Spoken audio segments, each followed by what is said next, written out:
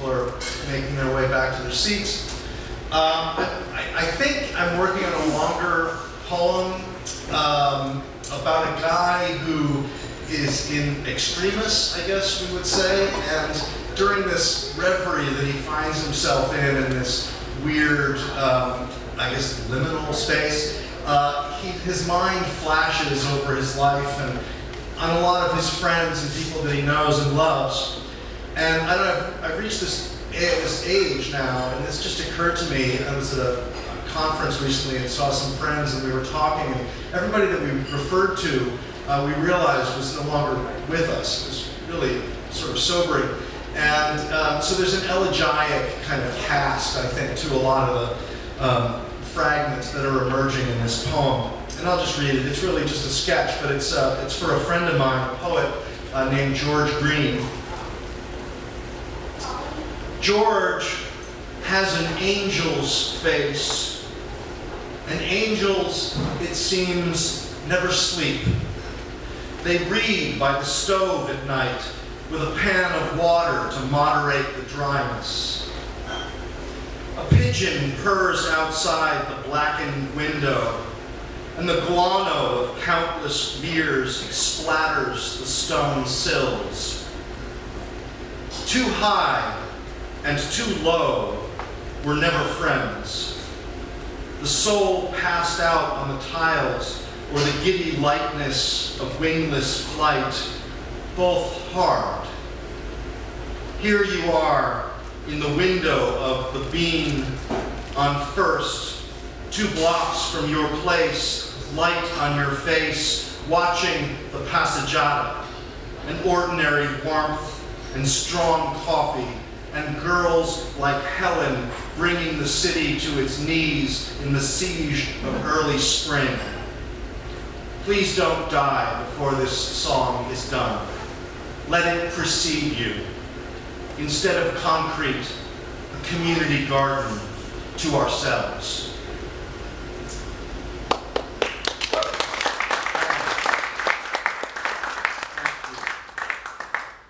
My delight to introduce Luke Stromberg, who's a poet I greatly admire. I was actually honored, if I'm not mistaken, to write an endorsement for this book, which you can get, and I really recommend it, called The Elephant's Mouth.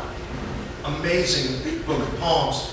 And I can't remember what I said in the blurb, but it was very positive.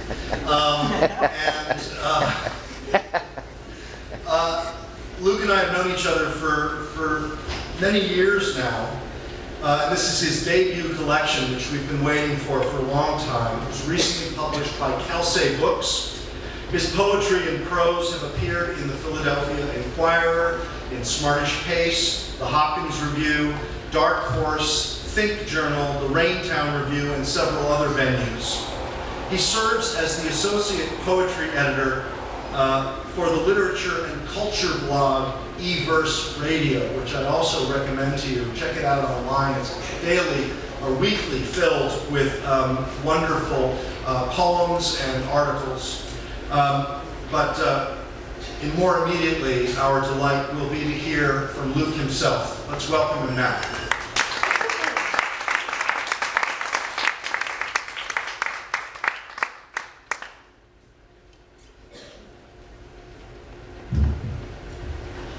Thank you for having me, David and Stephen. It's good to be back. I read here pre-apocalypse. So this is the post-apocalyptic reading. It's good to be in Baltimore too. Again, Baltimore. My father's from Baltimore. My grandparents and my great-grandparents are from Baltimore. So this, I kind of feel like Baltimore is my ancestral home. So I'm going to start off with a poem, and actually a translation of a poem in German by the German poet, playwright, songwriter, theorist, Bertolt Brecht. And this is called About Poor B.B.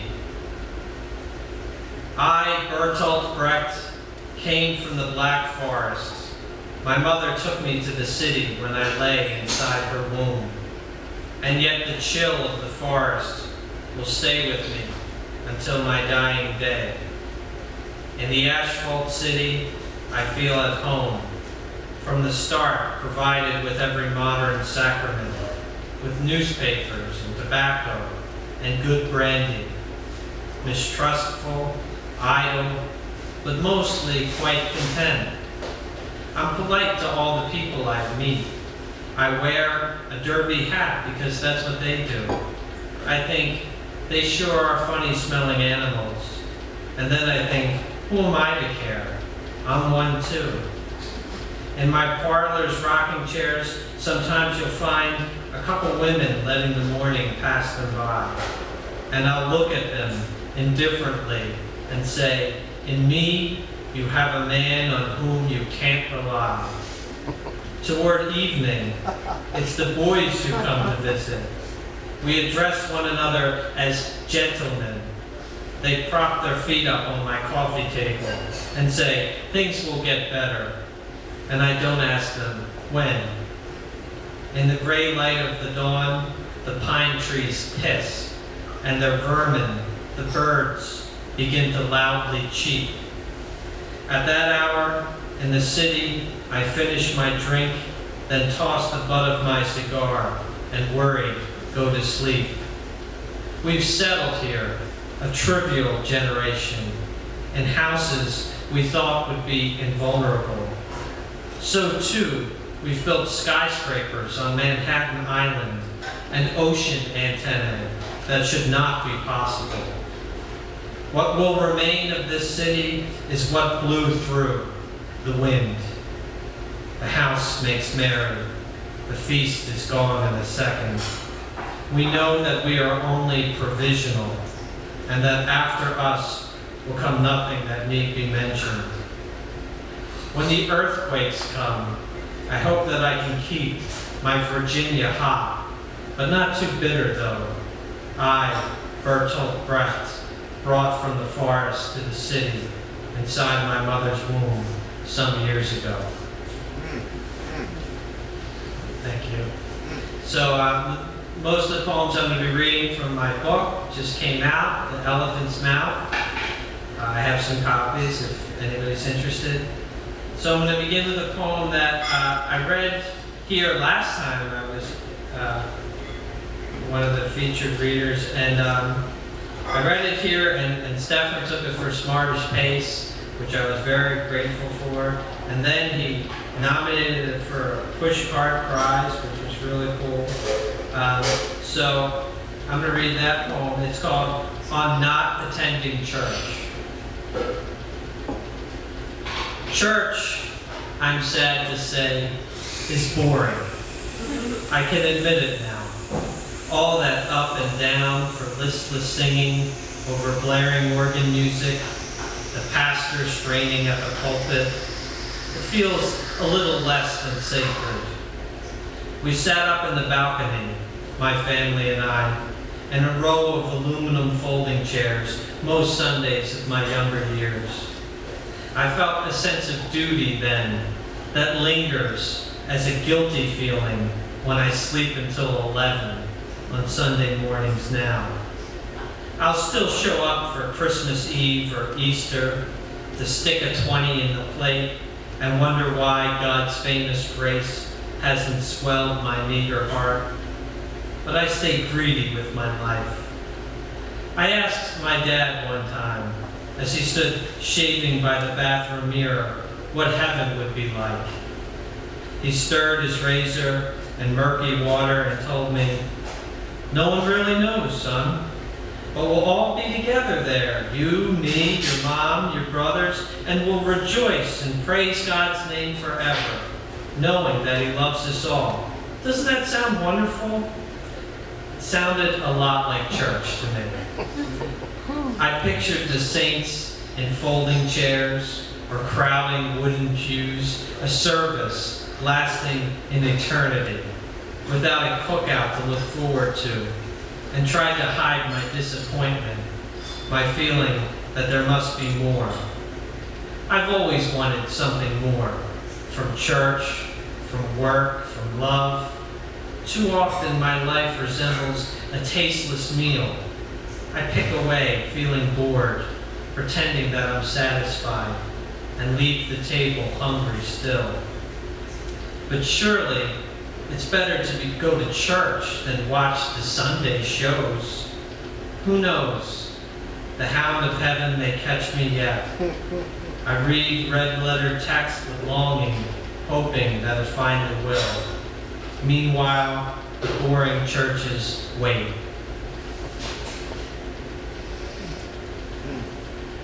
So the book is dedicated to my dad.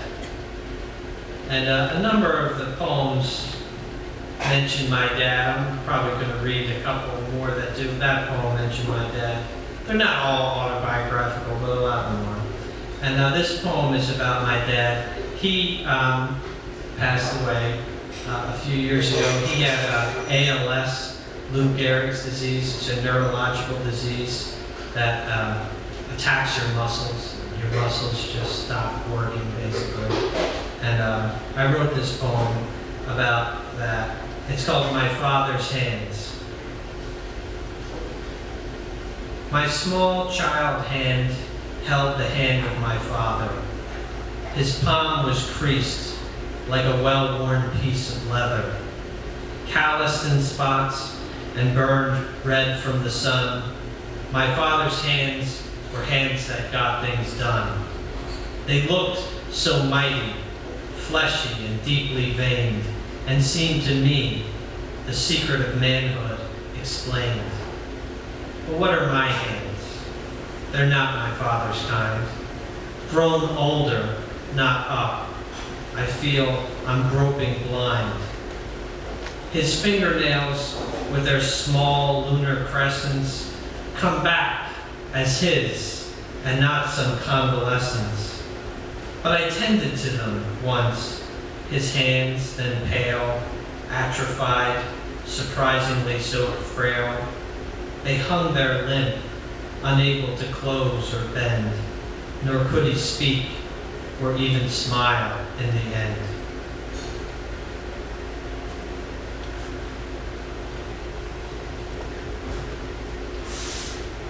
So this is a poem called Brain Tonic. And it was suggested by my friend, the poet John Foy. So we were talking about some old advertisements, and he suggested I wrote a poem based on it. So I did. Springtime. Like my grandmother before me, I like to drink a refreshing can of Coca-Cola for breakfast. It's part of my arrested development. Sadly, I never developed a taste for coffee, a classic marker of maturity, like when a girl gets her training bra. I do enjoy the occasional hot tea with too much milk or sugar, with too much sugar and milk, but I prefer to keep it low class. Don't misunderstand. It's not a political gesture, just my truth. I find the initial sip of carbonated sweetness akin to the lost ritual of that first frosty morning drag from a camel. Both pleasures sneered at by the professional class. My uncle once compared smokers to Jews in Nazi Germany. The comparison was, as the kids would say, problematic. But health can be a form of tyranny too, I guess. What was I talking about again? Ah, yes. Healthful, delicious Coca-Cola. The intellectual drink. The ideal brain time. Said to relieve exhaustion and calm the nerves. To satisfy the thirsty and help the weary.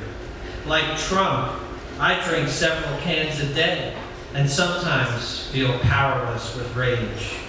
I'm sorry, sort of, for these affinities, but overwhelmed by social change and struggling to gain purchase, I've turned to Coca-Cola. On an airplane one time, a woman asked if I could try to be less animated. I was relating a story to a friend, you see, and am excitable by nature. I am exhausted, so exhausted, beat down by politics, divorce, and failure. The past few months have been a son of a bitch. I'd like the world to buy me a coat for once and keep me company.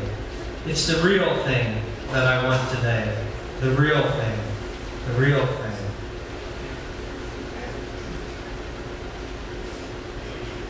And then this poem, Yezzi published in the Hopkins Review maybe last year. It's called Hard Hat. This morning on the bus, I saw that man again, the guy in the hard hat. I can never figure out why he wears that thing. Surely not for any job. Not this guy. His eyes have that glassy look, like he's dazed. You just know his breath stinks. What's his name? No one asked. Better to just sit back, feel sorry for the girl in the nurse's scrubs. He leans toward saying, I like your hair. I like hair. He sat apart today, rocking back and forth, scratching at his eyebrows like he was trying to unsee some mistake and tapping on his hat. A woman sat across from him. She turned to me with a smirk, and it felt like a reprieve, because I was thinking then of how I keep calling you, of the thin, plaintive ringing without answer that summer you left me for another man.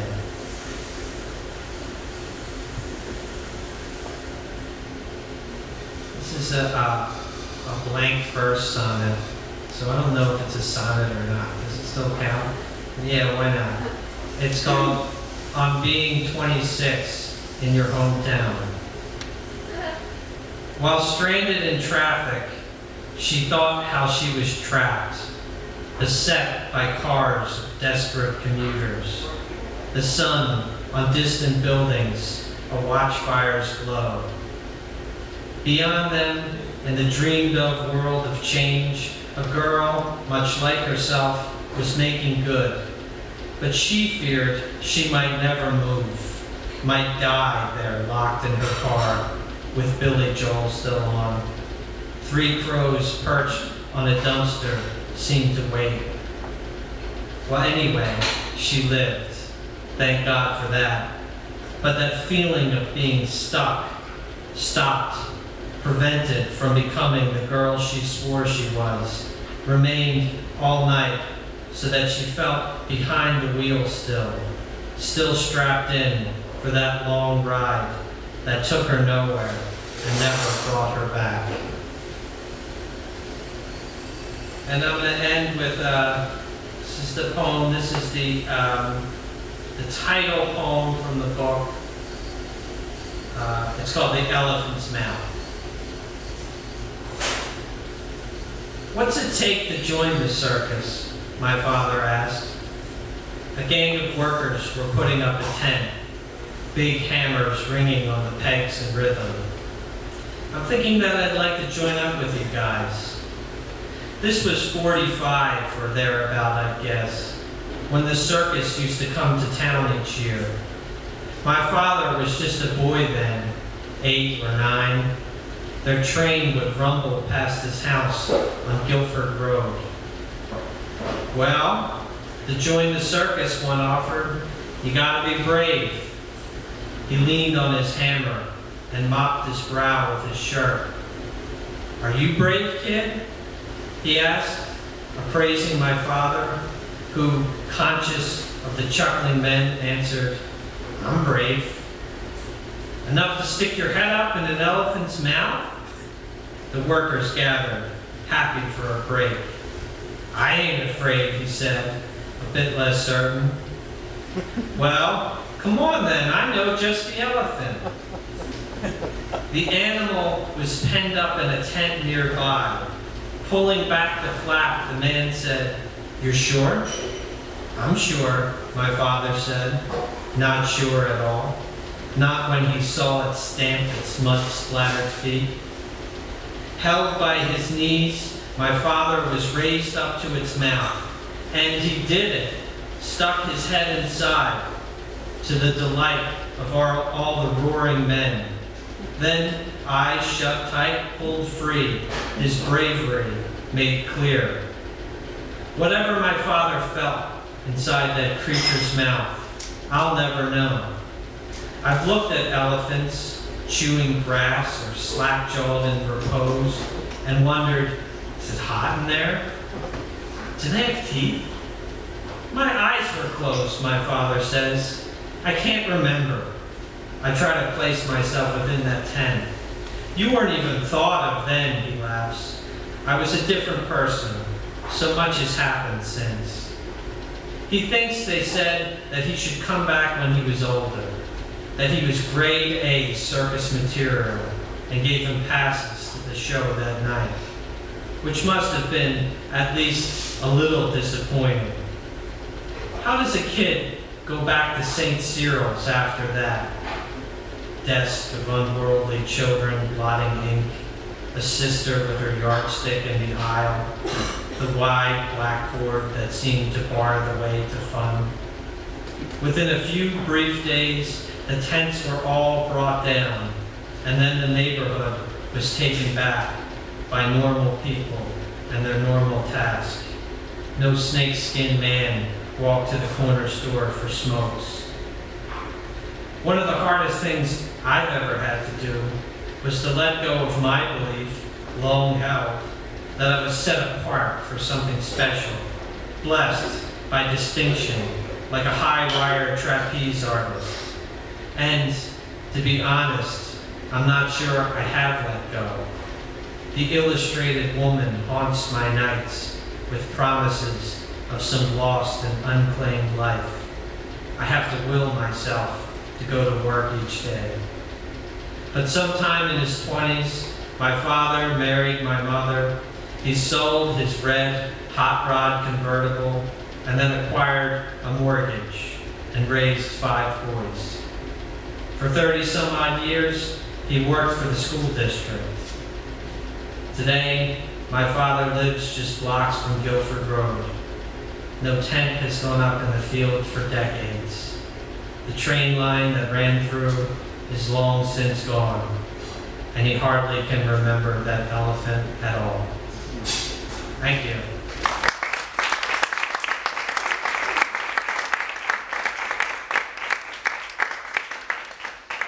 Thank you, Luke.